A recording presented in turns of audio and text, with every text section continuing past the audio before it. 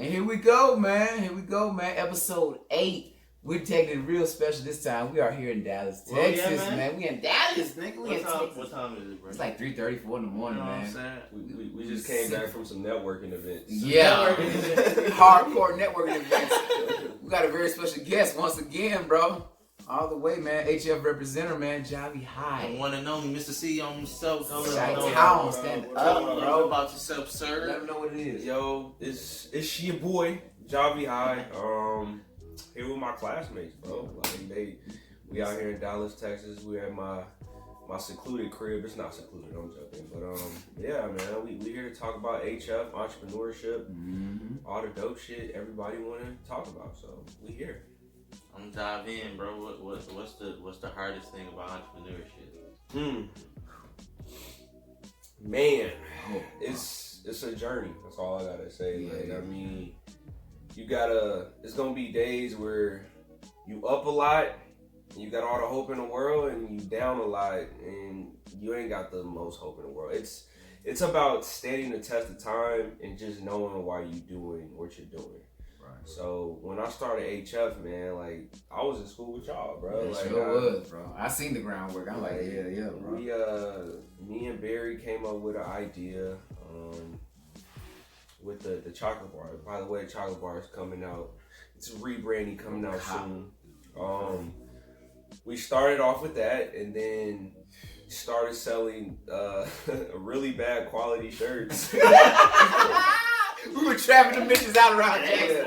It was a movement, bro. Cause like it wasn't just me. It was like me, Trey. That time was just like crazy for just like people wanting to do stuff on campus. So after my first semester, kind of selling like I want to say like 60 shirts out of my dorm room, I decided to call it Historically Fresh. Got a team together. Me, Lucchi was on the team. Carmine, Jazz, Tony, and from that semester, it just kind of began to evolve from there. But yeah, it's just standing the test of time, man. Like I started that in 2016, 2017, and it's 2020 now, and you know, just 4 years, just that fast. Yeah, so man. So when you seen the hype behind the shirt, like what gave you the motivation just to keep on pushing it when you seen it started selling on campus? Like especially when I seen it, because I knew I was motivated by it. I was like, yeah, I can see this shit really do something. Because it was different. It was standing out from what niggas was doing in Jackson. You feel I mean, like you said, like just seeing everybody like rocking it on campus, like that's the dopest thing ever. Like you go to class, you see people wearing your art because like you're a walking billboard at that point, and you want to make sure people are representing you well. So seeing people rock my stuff, knowing that it could be done. Another key thing too is knowing that when you have a product you can use that to barter anything. So it was a time in Jackson where if I couldn't get into a club, I didn't have money, I had a t-shirt to give him. So I was like, yo, what size you wear? Extra large, bro. I'm like, alright, I got you here. He's like, word, okay, cool. So, and my thing is, one thing that stuck with me when I was hustling with you with the shirt shit, bro, like you always said like your brand is your child. That stuck with me for a while. Like you treat that shit like your child. I'm like, yo, this nigga really passionate about what he doing. So like when you see shit like that happen, like you can't help but respect the nigga hustle, the way he move. I'm like, yo, you gotta treat that shit, anything in life, not just brand, just anything in life, you gotta treat it like it's your child, whatever you take passion with. You know what I'm saying? Or it just ain't gonna be shit. You fall for anything, you don't stand for something. No, I feel for that. That's the first time I heard that. Yeah. But I get it. The brand is your child as far as like you gotta nurture it. It's gonna take time before it can hold its own. Exactly. You gotta, wake up early in the morning because it's crying. You gotta, go extra out and go buy extra things. You doing something that the other person not doing. Like you doing something that nobody else is doing. You are everything, essentially. At a certain point, you have to be everything. You're the manager, you're the accountant, you're the producer. Yeah. So, but you did something different than a lot of young entrepreneurs that I've come across and that I've been around. You built a team. Yeah. A lot of people do it on their own. Or they might have somebody that they kind of co-in with or co-sign with, but you had like a full-scale team. Talked about how you like decided to kind of put your team together and the team element of entrepreneurship. Because everybody think, I'm an entrepreneur. Everybody want to be self-made. Self-made. I don't need no help. I got my own thing. I do all my own stuff. When you went into it, you went, I'm gonna put a team together. He had no pride about it. He was not So self-prideful. Yeah. What was the thought process? It was work smarter, not harder, bro. I mean, like, I remember it was that winter break, and before we came back to campus, I had been saving money from an internship I had again, and then I just put like a call out on IG. I was like, I need this, that, and the third. I was like, I need a website developer, I need a marketer, I need a street team, I need, all these terms I was throwing out that I didn't really think I was gonna get, but I ended up getting. And Carmine DM'd me. She's like, yo, I do apps. I was like, oh shit, like Jazz this is the real. Jazz hit me up. She was a marketing major, and then of course Lucchi was just gonna be off the strength. And then, I'm here. Tony, he's like, yeah, I want to be a part of a team. So once I did that, it was easy to delegate things, even though like the team. I'm not saying like we're not all together right now, because like after you graduate, like we branch out, you do things, like you evolve. But like for that time, like it was special because we did the Mississippi March for Nissan that semester. We got to meet Danny. What was his name? Danny Glover. We met Danny Glover. And a team is essential, bro, because like you really have to like be open minded about how other people see your business, because that's always important. Because a lot of times entrepreneurs like go into something like, yo, I see it this way, but you have to realize that your audience, the people around you, is like they see you first. Like, are you sure you want to present yourself like this, or like does this make sense like that? So, it's super important. Yeah, myself included. I made that mistake.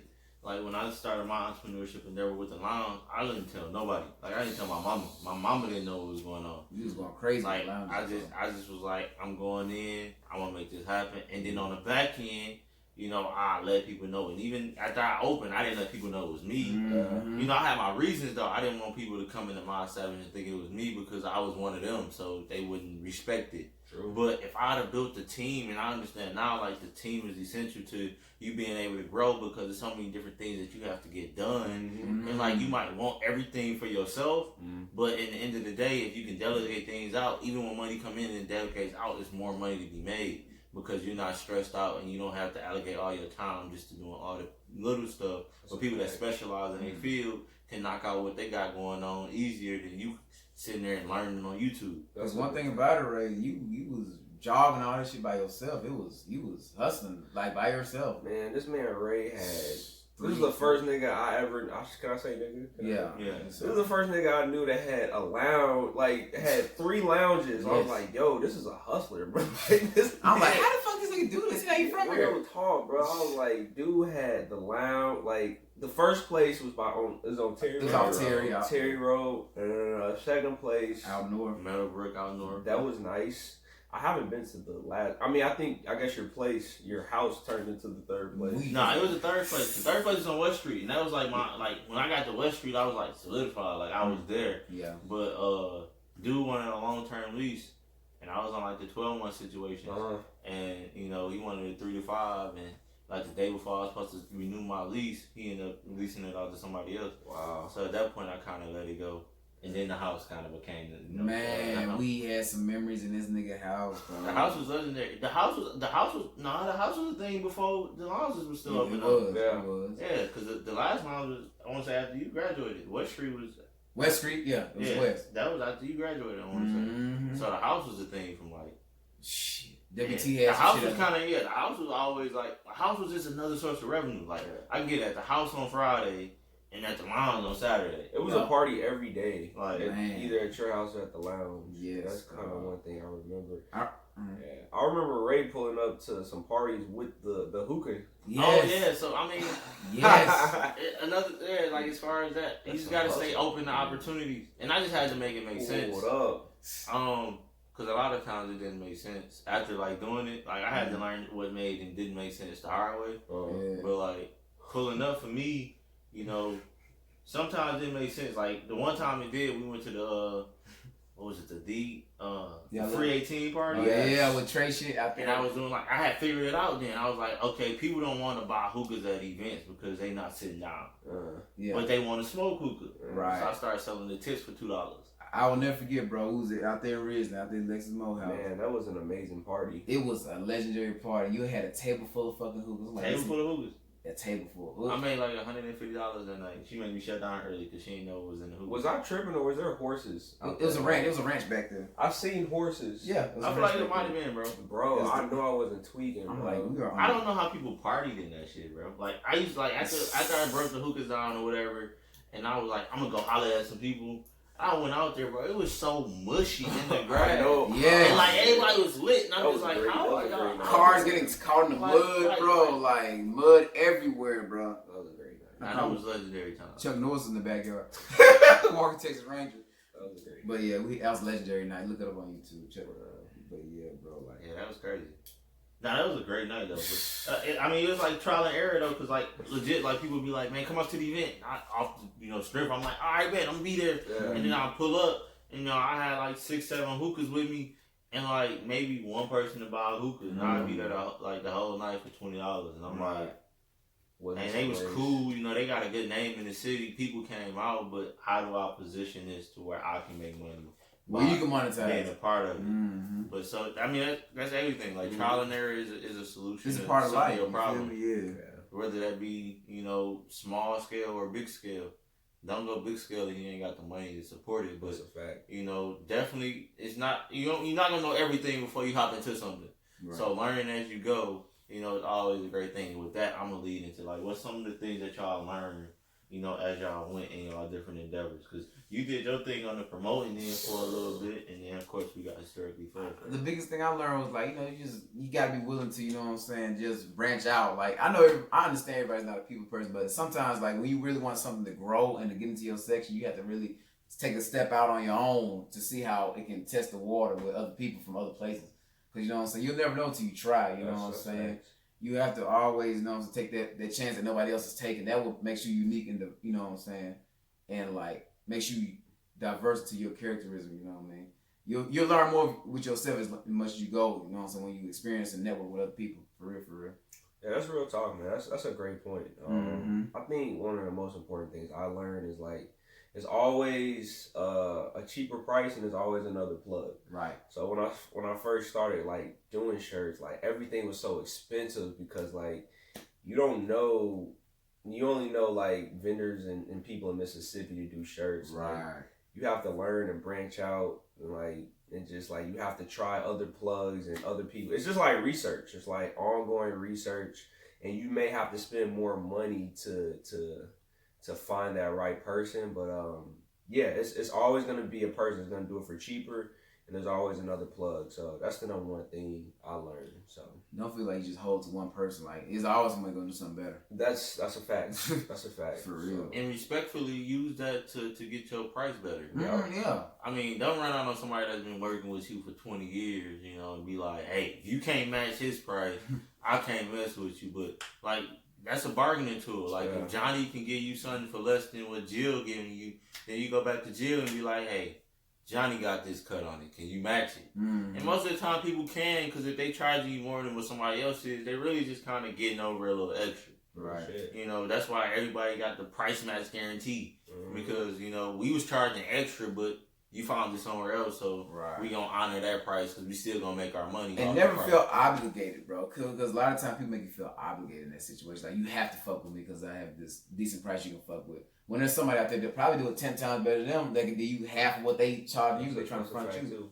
Don't never feel obligated to one person, bro. There's always different opportunities out here. Yeah. And what Ray said about bargaining, like, dude, like, I don't know if people know this or not, but like exchanging money isn't like the greatest thing you can do. If you have a product and you have leverage, you can barter anything, bro. Like, first of all, somebody told me everything in life is negotiable. Like, that's your salary, your life is negotiable. Right. Like, everything can be altered and negotiable. You just have to come into either a deal or a partnership with leverage. Knowing what your value is very important.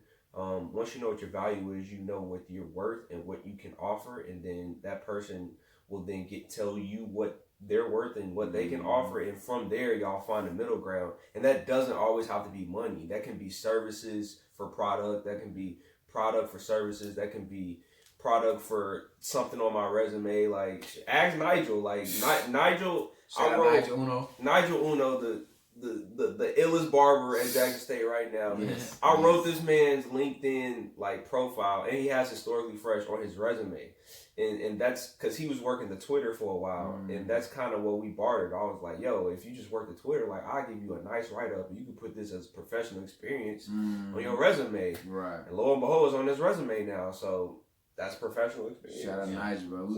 We've been seeing potential in, man. Like way back before we left, bro. And like you said, don't be afraid to use what you have instead of money. Right. Like, if you have a t-shirt brand and like you want to go get your hair cut, I'm gonna use that for example because that's something I did. Hey, bro, you know I get a haircut every 2 weeks. It's $25. I got $25 t-shirts.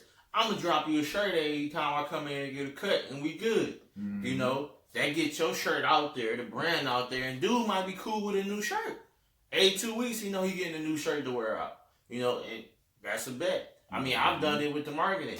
Like, specifically with a barber. Like, I went in there, he also does music. I'm like, hey, bro, instead of me paying you for this cut, bro, let me run some ads for your new song you just put out. You know, and I was able to build a relationship off of that. Right. So, you know, now I pay for my cuts, you know, but I also get paid to run his ad. Exactly. So, you know, it's a win-win. Yeah. So that's the strategy, bro. That's literally the strategy. And I don't think people, like I said, you have to, in doing that, you have to know what you're good at and what you have to offer. And like at the time of that being, like you just got to monetize what you're really good at. If you're really good at writing resumes, barter that. Do that. You know what I'm saying? Like, if you're really good at, I don't know, doing somebody else's homework, I'm not condoning that, even though we did it all the time. Hey, that got me through my freshman year. You repeat. I mean, Code to life. Just know what you're really good at, and know and take that and be like, all right, I'm gonna use this for my advantage. So yeah. That's kind of where I was coming from. And don't overvalue your service. Relax. Bro. I mean, look at the long-term benefit of gaining somebody new. Like, people miss out on the customer acquisition part of their business. Like, you might have say if you're doing facials, your facials might be, I don't know, $65. You know, but if I get a facial, you know, and you show me some love on it, and I enjoy the facial, and I understand that it's still $65. You know, me experiencing that might allow me to value it at $65. Reconcile, and I come back because it don't cost you $65 to do the facial. Right. Like, especially if you can gain a new customer at cost, like for $0 at a break even point, you're better than 90% of the Fortune 500 businesses. True. Like, think about that. That's real talk. That's like real talk. It's deep.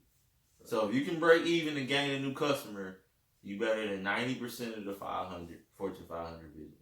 Yeah, that's a great point, bro. I mean, if you're not losing money and you can add another email on that distribution list, that's a win. Long term, that's a win. Like, that's another thing too. Like, and I messed up in this a lot. Like, when you first start, like, and you put money into something, like, and this is just the natural human reactions, like, if you put $400 into something, you want to make $800 back because, like, this is $400 that, you know, you believed in, and at the time, it may not come back as fast as you think it is, but everything is a learning process. Right. So when I started ordering more shirts on campus, I would order in bulk, but I would only, like, forecast that I would only sell 80% of my inventory, because selling 100% of your inventory at the startup cost or at the startup phase is unrealistic. You know what I'm saying? Like, unless you only have 10 shirts, and then you can sell all of those. Right. But if you order 50 shirts or something like that, and you're expecting to sell every last one of those shirts, is unrealistic, because you need people to model your shirts. You need to wear a shirt. Like, so I'm not saying lower your expectations, but you gotta be more real with what success looks like. And success always doesn't look like you making the most money. Like what Ray said, you getting more customers and building that customer base is really key. That builds a firm relationship as well. Yeah.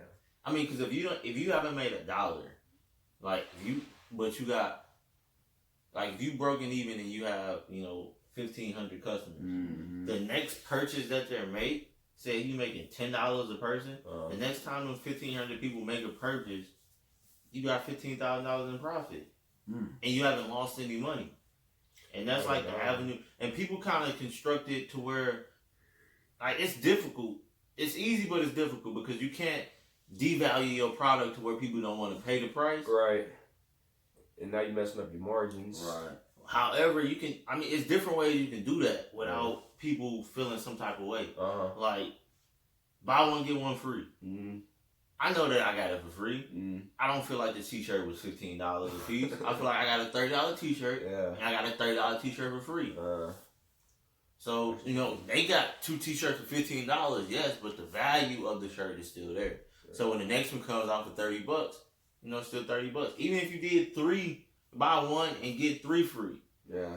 I understand that I'm getting 3 shirts for $10 a piece. Yeah. But I paid $30 for a shirt and then you gave me 2 gifts. Right. So, alright, cool. I paid $30 for a shirt. How much the shirt cost you? $30. And I'm not gonna tell nobody I got no free shirt on, or I'm not gonna tell nobody I got a free facial. Somebody asked me how much my facial was, or my nails was, or my hairdo was. I'm not gonna be like, yeah, I got it for free. No, I'm gonna tell you whatever the price is, because I want myself to feel good anyway. Right. And more stuff, more people, more customers you have allows you to be marketed to more people because they're gonna share what they got going on. That's how your brand spread. And that's how your brand spread. People want to make money too fast. Right. Like, they don't see that Apple was Apple and it started 20 years ago. And they was leveling up the steps, and now they're Apple of today. They didn't see Amazon when Amazon was doing small, UPS when they were doing neighborhood packaging. Right. And then they leveled up. Everybody thinking I'm going to have a packaging company. I'm UPS. Like, people don't want to gain and add customers to their base. People just based off the success. They don't want to see the work method or the process and how you get to that point. But the thing in their defense is it's never really shown. Even like with rappers. That's true. Like, you never see a rapper until they pop. Right. Like, you see him pop and be like, oh, okay, yeah, he popped overnight. Not the fact that he was doing some silly junk. Open mics for like 30 weeks in a row type shit. Like the Travis Scott. Did you watch the Travis Scott documentary? When he was performing like 10 people. In front of 10 people. Yeah, like, it's people to this day, man, I ain't performing. Like, we booked on the show. Your name is on the show. So if ain't nobody show up and your name was on the show, that holds some weight on you. Yeah. And you're not going to perform because ain't nobody there, but yet you want to perform if it's 40,000 people there. But you don't want to go through the steps that it takes to level up to that position. I heard Will Smith say something in a recent interview. He said like entrepreneurship is like not just entrepreneurship. When you're chasing whatever it is you're chasing, it's a long, scary road that you have to take by yourself. So like once you're at that point where you're not getting a lot of support, it's really up to you. But it's scary because like you don't really know how this is gonna turn out. Yeah. But you have to walk that journey by yourself at certain times to get people to believe. You know what I'm saying? So like imagine Steve Jobs like starting off with Macintosh, just like with the simple computers, and he's pitching this idea. It was probably like years before he can even get people to take him serious like that.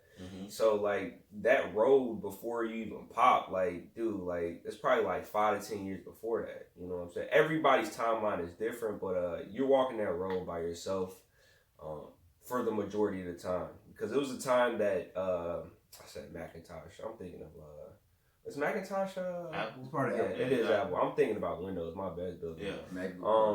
It was a time where Apple actually fired Steve Jobs. Right. I remember hearing about it. Time for him to get out of here. Yeah, I was like, bro, this man started. So yeah, that's a good point too, man. That's another thing. After you grow and pop off like you want to, you can be removed, revoked easily from your own shit. Right.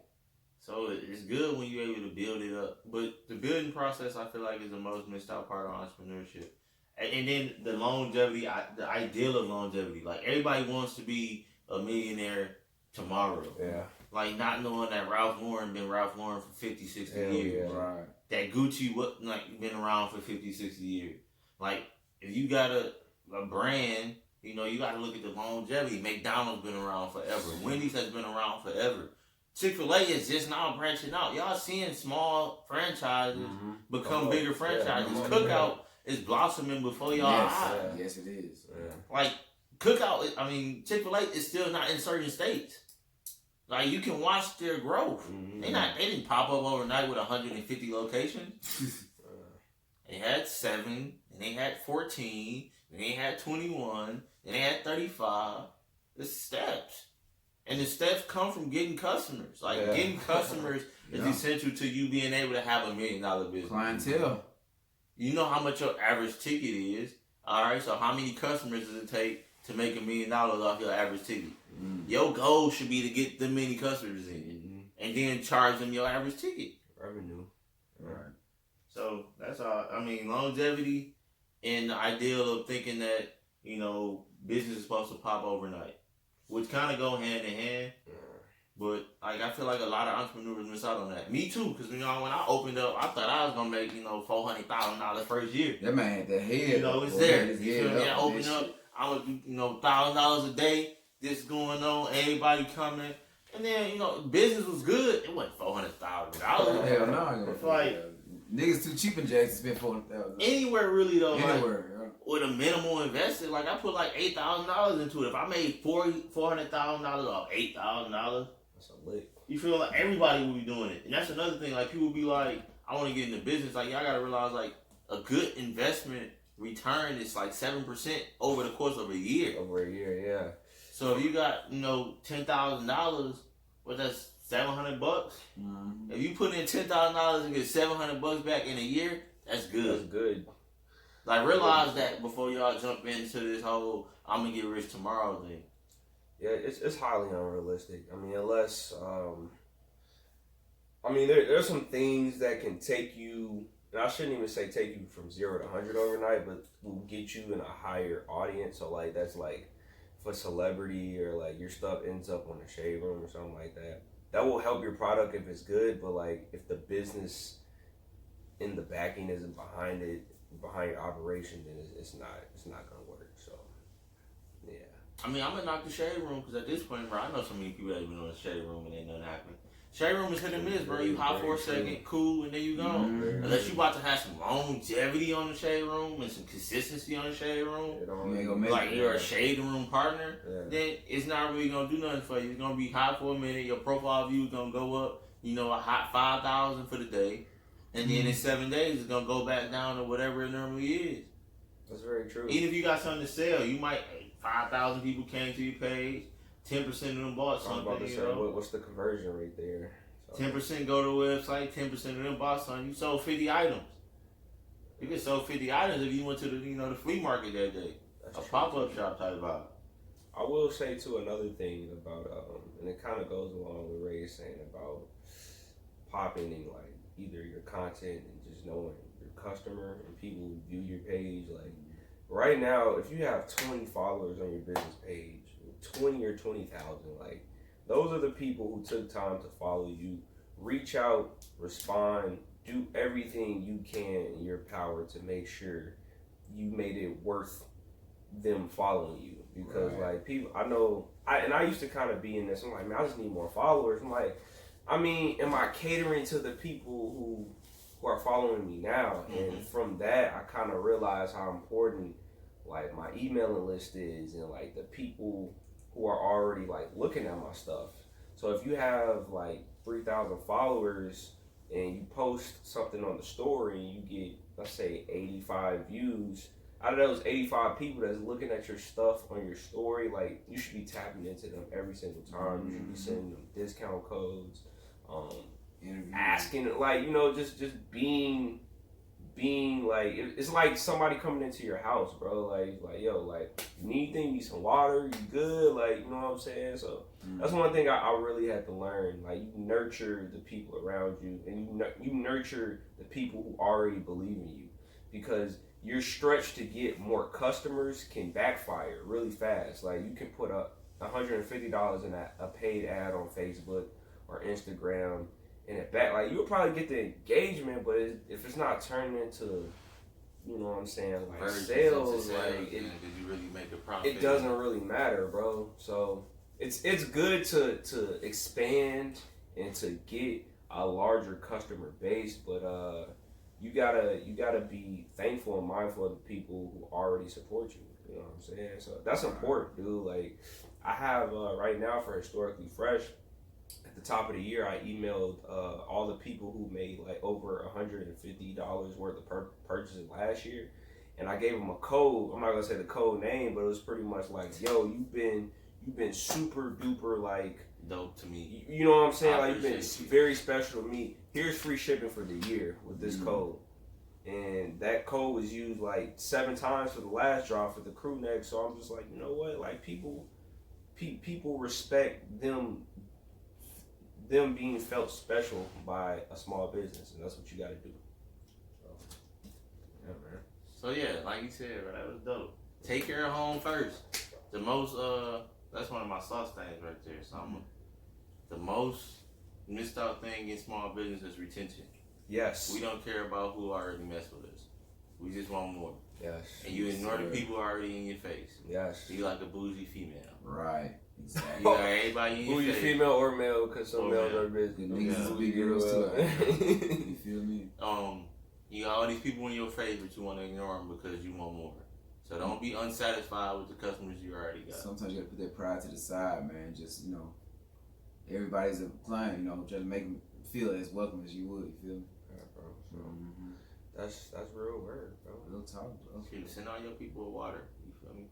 With your name on it. Real talk. Customer service is key, you dig? That'd be dope, like for real. Like that'd be put me on some jump, bro. Tell you what, let's Can't. get a whole bunch of small water bottles, label them with your name, Put Ray water say in it, thank you, and Real send them to talk. all your customers. Cam, It's gonna cost you what, $40 Cam bucks. did some shit like that. no, Cam put me on game. He was like, you can, and it's cheap. Like he pulled up this like you can mail like all of the people in the Dallas area for like $1,300, or like in like a certain zip Zip code. code, yeah. Yeah, I was like, dang, that's actually not a bad idea. Like, That direct mailing. yeah, like That money going to you. no, it's No, like you paying for like you know when you get like them little coupons ads, and like stuff in the mail. Yeah. Yeah, you can direct mail. That's not a bad idea. You know, whatever you can select it too, and it could be one area specifically, or you can go around and pick different little zip codes, or you know, this might be a block that you hit for a festival or something. So use that they pop up shop. So boom. Only thing I noticed, like they don't got like the university PO boxes. Really? Yeah, Ooh. because I had looked at it. Well, I know they don't got Jackson States. So it won't hit campuses. They don't got the PO boxes on campus. Well, Jackson doesn't. I don't know what I'm saying about other places, but no, that's definitely a thing. That's kind of slept on. Like we don't know nothing like as far as like small business. All they really know is radio. They feel like they can't afford television. Really feel like they can't afford radio, but you know after they find out, like, I can do a little something on radio. Feel like they can't afford television. Never look at direct mailing. Feel like newspapers is unread, which is still a lot. Like depending on your audience, like them old people be reading the papers. That 60 and up crowd is always gonna buy a paper every day. And it really ain't even just 60 and up. Like it go all the way down to like 35. I believe it. Just cause it's convenient, right? You pick it up, okay, flipping through it many times. Okay, what's going on new? Especially, I'm not saying like the big ones. I wouldn't put anything in the big ones. Yeah. But like the sub cities and suburban, you know, like the I don't know, like It's the there. Canton newspaper. Yeah. Like they gonna read that because they nosy. Yeah. Suburbanites is nosy. What's going on in the neighborhood? Right. What did Susie May do? You know, they still gonna read the paper because it's like the room report. Yeah. You know, of the neighborhood. So like if you got a big one, then I would kind of leave it alone. But if you got something that's a neighborhood or a suburban paper, man, you can get in there. It's gonna hit. Yeah. Let me ask y'all a question. And like, and since because y'all still technically in Jackson doing y'all thing, Right. how do y'all think like the entrepreneurship scene? 2 questions. So, the entrepreneurship scene in Jackson, how is it? And then, do you think it's sustainable? Like, because I know like the common thing with people from Jackson is like, you do something in Jackson and you go to grow somewhere else. You know what I'm saying? I feel like Jackson got potential for entrepreneurship, but I feel like everybody's so caught up in there. I gotta go somewhere else because it's no, you know what I mean? There's no just collaboration down there. It's just no resources. That's the biggest thing, especially from somebody from there. So I feel like, you know, maybe if people coming together more there, it will probably be more of an effort to spend your talents and your business mindset to, you know, splurge out of Jackson. But everybody wants to go to Atlanta or Texas. I'm running like this. As far as your return on your investment, I feel like it's fair. Yeah. Now the cap is higher. I mean, the cap is lower. Like, say if you was to open up in Dallas or Houston or Atlanta, you could make more. Yeah. Right. But you also have to spend more. Like, your return, right. I feel like it's a fair return on your investment because the cost is so low to get started in Jackson. You know, to Jackson, where we got the ups. you know you can get a space. You know, $1,200. Right. Decent sized space. $2,000. Decent sized space. You know, great location, and you know. So your cap is lower, but the return on your investment of your overhead is there. So I'm not gonna like, and I feel like people are taking advantage of it, but I feel like it's the same people. Like Jackson is still like a who you know who's who. Right. It's hard to be random in Jackson and pull off something because everybody gonna go who your folks. Yeah. Y'all know who that is? It's very heavily What is family this? based. Who Very got family this? based. Unless you bigger than that, like you come in and like out jump that, like the mighty crab. You got something, yeah. You that's got jumping something. in. Yeah. Everybody's coming because they're everywhere. Yeah. Exactly. You know, so you're bigger than Jackson, so you can mess with it. But as far as like the small business popping in, it's gonna be who you are, you know, who your folks, what you do, why do I not know this person? But as far as return on your investment is there. Now I feel like you're gonna drop a bag, like you're gonna come in and build a building or remodel everything. I would never do it in Jackson because your remodel cost is gonna be the same in any city. Yeah. So I would go where, you know, my return can be higher because I'm spending the same amount of money. Yeah. Like $150,000, you know, I'm taking that to Atlanta or I'm taking that to Dallas or I'm taking that to. Because you can grow more. Right. Whereas the cap is higher. You know, you're spending the same amount regardless because you're going to outfit it, you know, knock everything out and outfit it how you want to. Yeah. You might as well take that to a major city. Yeah. I always felt like Jackson, you know, because, like, when I was looking up these stats, like, a couple years ago, it was saying, like, Jackson is, like, as far as, like, the metropolitan city of Jackson, it has one of the highest population of black people. Like, Detroit, Atlanta, Jackson. And I know, like, in certain areas, the black dollar is strong. And the reason I asked that question is because, like, I know there's a lot of potential because black people tend to spend a lot, right? And I would think that black people in highly concentrated black areas would spend more with black people, but I just see a lot of people leaving Jackson, and maybe it's because of that reason you said, just like it's an incubator. Yeah, you can get started with nothing, and after you made your money. You grew. Yeah. So now you can go and put that down payment in Atlanta. You can go and do that build out in Atlanta. Which like your cap in is higher now, so you have the funds. Right. Like you can get started. I got started with like $7,000. Yeah. You can't do that nowhere else. You can't do that nowhere else. Literally. Like that's renting your deposit. Yeah. You know, I was all equipment, tables, chairs, renting deposit, $7,000. Open doors open. I can make money. And after you made your money, you say, boom, now I got the $50K I need to go renovate, open up in Atlanta. Yeah. Now my cap is, you know, instead of it being $100K, is $350K. Yeah. Or Dallas, instead of being $100, you know. And that's the thing, like people get it. I got my bread now. I can go make more money. I've outgrown Jackson. Yeah. So that's what you kind of see a lot when people open up in Jackson and then they be like, all right, cool. And then the cap in on what you can charge in Jackson is also there. Yeah. Like, cause people are cut. It's not a lot of money. Yeah. So when it comes to buying a shirt, everything in the mall is $10, $15, $20. So if you got $25 shirt, you cap it, you gonna top in $25, $30. Whereas if you in a major city, you know, that's the average. $30 be a cheap shirt. Yeah, that's the average. $50 you average. You know, 55, 60 you in the average range. You know, so now you got a different, same shirt, different prices. Just like the fast food restaurant. Jackson still got 99-cent menu. You go to Chicago or Dallas. That's out of there. You know, with $1.29, $1.39, $1.49, $1.59 for 4-piece nuggets. Same 4-piece nugget. But we gonna charge you more because, you know, you here in this location. So I feel like it's a great incubator, a great place to get started, but it's a cap, and after you got your money, you can move on and make more money. That's money. I really, man, when I go back and forth, I see so much potential in Jackson. It's just like, I don't know how sustainable it can be because of, I don't know, the state just not.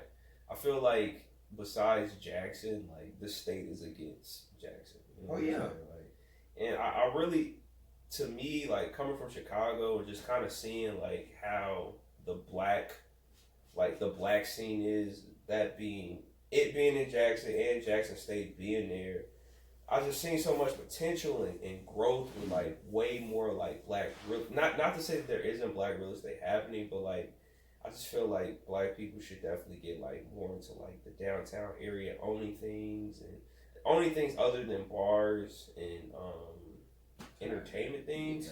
But yeah, I seen so much more potential in Jackson. And maybe it's because it's harder to do things there because of the long history of the state trying to keep Jackson down. Because Jackson is the state capital, and the streets are terrible. like I told my you know what I'm saying? Like the state capital of any state should be like one of like your show off city. Right, You know the what one I'm you saying? take care of. So, but no, I mean that is definitely an issue. The fact that the capital is the capital is also the black city. Like everywhere has its black. Like the only black city that's taken care of is Atlanta. Yeah. Like everywhere else, if you have the black city, then y'all getting screwed over. Yeah. Basically, the state is gonna make sure funds are allocated elsewhere. Make sure that the suburban areas are taken care of. That's just how it's gonna go. You're gonna get red line as far as when funding comes out for road payments and highways and all that stuff. It's just not gonna come to your city because you're the black city. And we gotta keep y'all deprived, and it's a mental state, and y'all gonna feel like y'all in the slums, or y'all gonna act like y'all in the slums. We gotta keep locking y'all up. It's part of the process. Yeah. But Jackson don't have enough money to sustain anything. Yeah. And that's his biggest problem. Like it can't have a downtown scene because it doesn't have enough money in the hands of the citizens to like. It's some money like it's some people in Jackson with like long money.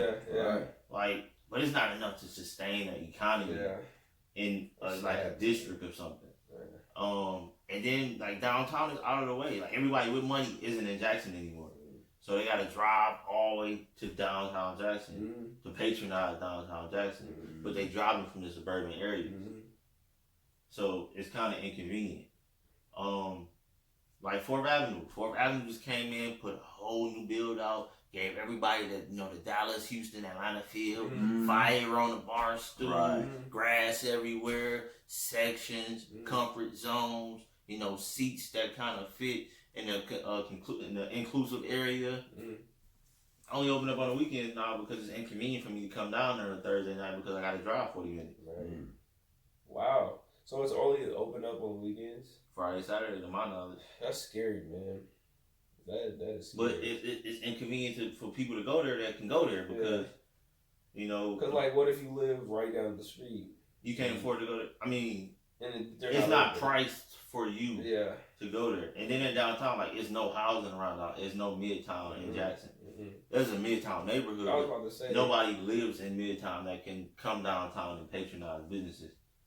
It's not priced for the people that stay in Midtown because the people in Midtown is paying $500 for rent for a 2-3 bedroom apartment. House. So their biggest thing is they need to drop a company in there. They got all the infrastructure down there. Just drop 2-3 companies for free. Get them the space. Okay, we got these 3 buildings. Whoever want to come get it. Put a minimum 100 people with a minimum $40,000-$50,000 salary. Your second headquarters, third headquarters, whatever it is. Getting traffic downtown. And now you got people with money in Jackson. Yeah. And they need somewhere to stay. You give them the houses in Midtown. And where they gonna shop and spend their money at? Downtown. And that's their neighborhood. That's the same way all the other places get gentrified. Facts. They bring in corporations, sell them the property. The corporations buy the property. They house their people in the property in the Midtown. And then they buy up all the stores, and they put the stores in there. So, we're moving y'all to Detroit. Right, good. This is where y'all gonna stay, and this is where y'all can, enjoy yourselves. Activity, everything you need is right here downtown, and you living in Midtown. We're gonna build a train for y'all so y'all can be able to get there. That's what every other gentrification system is. Yeah. I don't get like why we can't do it as a people to come together and be like, we gentrify our own. That's gentrification right there. We get 3 black-owned corporations to come to Jackson and let them buy up the properties in Midtown, house their people in Midtown so they making their money right back. And then we got all the shopping districts in downtown. That's a gentrified neighborhood. That's a gentrified downtown. Yeah. It just be black. Yeah. It's the mindset, bro. I just don't think that change is. I don't think Jackson is ready for that type of change yet, bro.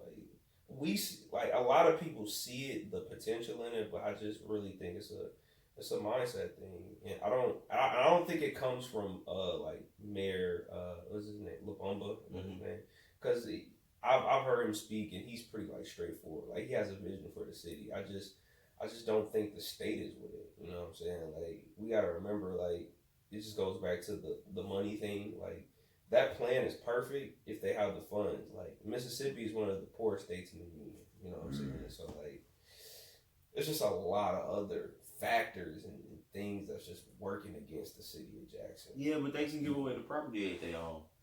It's nothing to lease the property out as long as the people pay the property taxes. They just did it. People don't know they just did it, but the city of Jackson really just did it. I guess businesses would need more of an incentive. Like it would either have to be very cheap leasing cost or like it wouldn't be a cost. You get the building. You gotta pay the property taxes. That's how. I mean, that's your cost. The property taxes on this building. You get the building. Do whatever renovation you want to do. You get the building, and we have these properties for you to purchase. And all you gotta do is pay the property taxes on it for the first 5 years. And that's how it works. And you bring people in, and the people bring money, and the people getting paid in the city pay taxes. So now you just brought in 100 people that's making $50,000, and the city's getting taxes on 100 people making $50,000, and they getting property taxes on 100 people because they all just got a house. Man, that they're not getting right now. It sounds so good. I just don't think Jackson will allow them to get money for 2 years before. I mean, 2 years and then. I mean that does make sense though, because you just want people there. That's all you need. People with spending power. Yeah, you just want people. But that's everywhere. That's how everybody gets gentrified. So I feel like if the state government can control that, then cool. But I don't think they can because they just let it happen. Yeah. Like it literally just happened. Yeah. So the state government didn't step in and go, no, they're not gonna allow that to happen. So if they take 2-3 buildings downtown and give them the black corporations, to top black corporations, to set up their second headquarters in one of the most dense African American communities. And they got houses right there in Midtown. They just repaid Mill Street. That's your money to be able to do everything. You just brought, I don't know, people pay what, 10% in taxes, 100 people, $500,000. It's like $500,000 in tax money. Plus property taxes that you ain't got right now. And all it cost you was nothing. Was collecting property taxes from some corporation on a building that you paying property taxes on right now. It's not a bad plan. Have you pitched this to the mayor? Nah, this is the first time I told it. I told it to one other person. It's not a bad plan. It's just y'all the second people to hear this. Or four. You alright? Like Lucci, good, man. You wanna go to sleep, man? Lucci drunk. Drunk, man. Texas was an experience. It was a what? An experience. You gotta speak up, bro. They can't hear you. Texas was an experience, so. Where boys go? Dirty, man. Yeah, I just gotta catch y'all in Jackson. That boy been asleep this whole podcast. It's cool. I just catch me episode 9. Watch out for these clips when he failed. Oh shit. Yeah, man. I learned a lot, man. I'm trying to think anything else like we should talk about just to get some gems out there. Yeah, I mean, go for your own brand, man. Motivate yourself. Don't wait on nobody to tell you to go how to do shit, man. For real. Don't never wait on nobody. If you feel like you got it, man, you go for it. That boy talking, sleepy talk. Boy just woke up with some knowledge for y'all, boy. For real. I'm not lying though. I don't know who needs to hear this, but credit, bro. Like, get your credit right, dude. Like, it's a process. I know you probably have student loans. Build your credit up. I have student loans as well. Me too. You know what I'm saying? But your credit is your leverage, bro. Like, and the further you get in learning like how companies grow financially. They're doing it leveraging their credit, and it's pretty much you flexing to the bank the money you could spend or the money you could have, and it's good for investors to see that too. So credit is extremely important. I started to fine tune it as soon as I graduated from school, and it's allowed me to do a lot of things to where I'm betting on myself at this point. Well, technically, I'm betting with Chase because I gotta pay Chase back in certain things. But yeah, after when you build your credit up, bro, like a lot of things start to open up, and the doors to the number one thing is like to have that access to capital while still being very efficient with the capital you have. But the access to capital is the difference between you and a Fortune 500 company. Like that's that jump. That's that jump. They can access $150,000 in 3 months.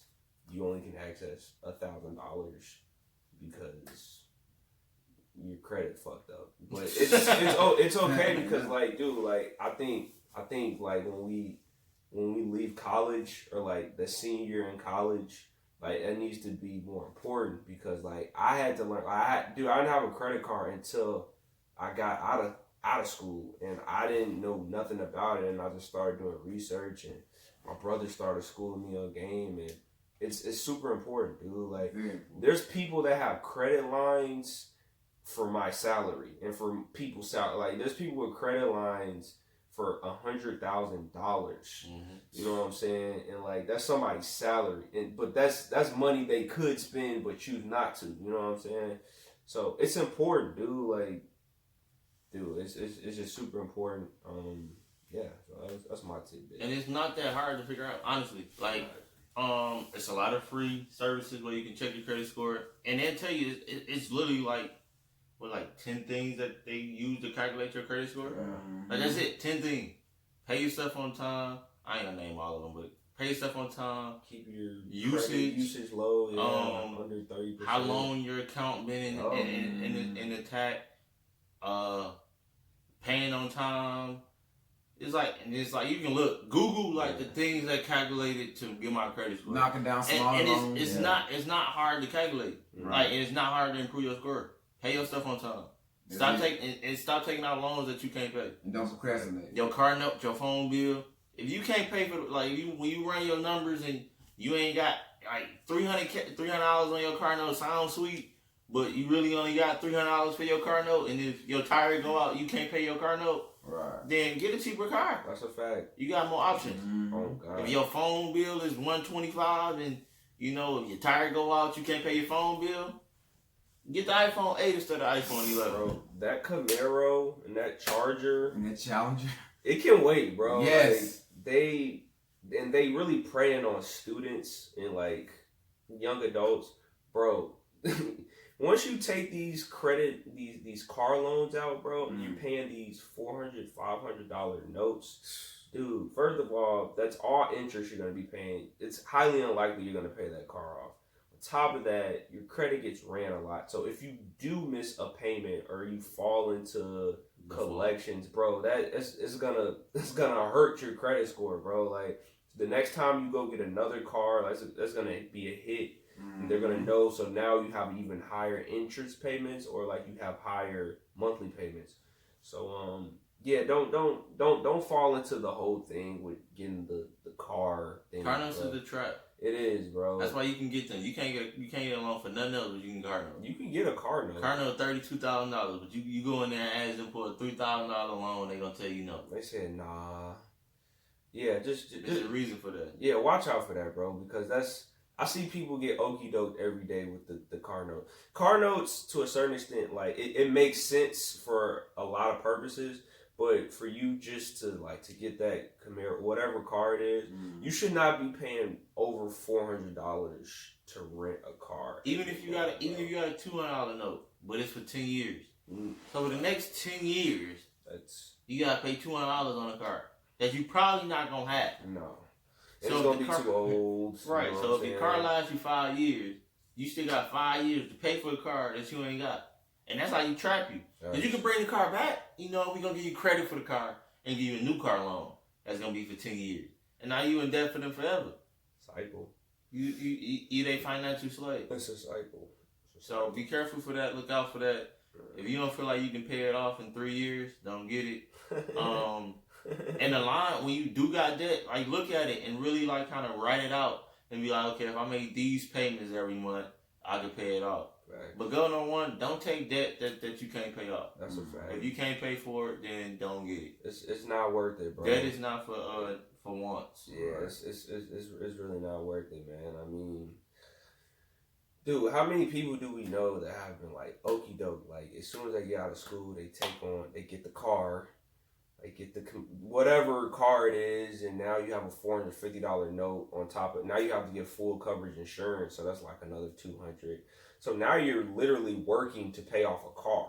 And that ain't even having an apartment. You know what I'm saying? So like you right. got your own apartment, so that's $7. This is just so now you got $1,400 just on your car and your house, and then you know utilities. That's adding an extra $200, $250.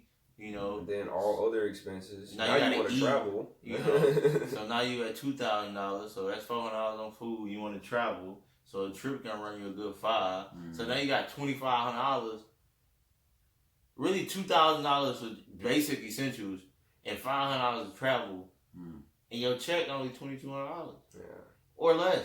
Yeah, like I said, we're not saying this to like talk at people. We're saying this because a lot of other people experience it. We've experienced it. It's not worth it. Like the car note is a death wish. Like for the most part, it is. I mean, I understand if you want a newer car and you know, it's got a newer engine and that makes sense. But all car notes are upside down investments, bro. As soon as you drive it off a lot, it depreciates. In 5 years, that car is not going to be worth anything. Right. You still going to be paying on it. Like they got car notes now that's like 72 months. Yeah. 72 months? Yeah, up to 10 years. Like people got 10-year car notes. So at this point, like you literally just getting trapped. But what is going on? So if you can't pay it off in 3, if you got a car that you can't feel comfortable paying off in 3 years, so sit there and do the math. It's a $32,000 car divided by 36. If you can't pay that number, then don't get that car. Whatever you comfortable paying, and don't let that I get paid this much fool you. Cause like you get paid that much, and your rent is this much, and you got this much left, but you got other expenses because you ain't got no money now. Right. You sitting in front of the dealership, you know, you at the dealership with no money to put on the down payment. Cause you ain't saved no money from these last 6 months you've been working. That's facts. So how you gonna have an extra $600 then, $400, $300 then? So just keep all that in mind as you go, man. But Javi, gonna let them know where they can follow you at, all that good information and all that so good stuff. Get at me at Historically Fresh on IG, or at me at Javi High, historicallyfresh.com. Like I said, we coming back with the bar patches. Exclusive, bro, you feel me? You know what I'm saying? So stay tuned with that. I appreciate y'all always. You know what I'm saying? Always, man. Pleasure coming Down here. Home Scoop is Texas has touched Texas. This is a milestone. Yes, for the podcast. You know what I'm Episode saying? 8, so now if y'all can get President Bynum or ex-President Bynum on this joint, they going to CNN. Free Willie, Bynum. Episode 7, we gotta look out for that. Look out. Hey, if they can get Bynum on this joint, bro, this is going right to the shade room. Bro. Yes, sir.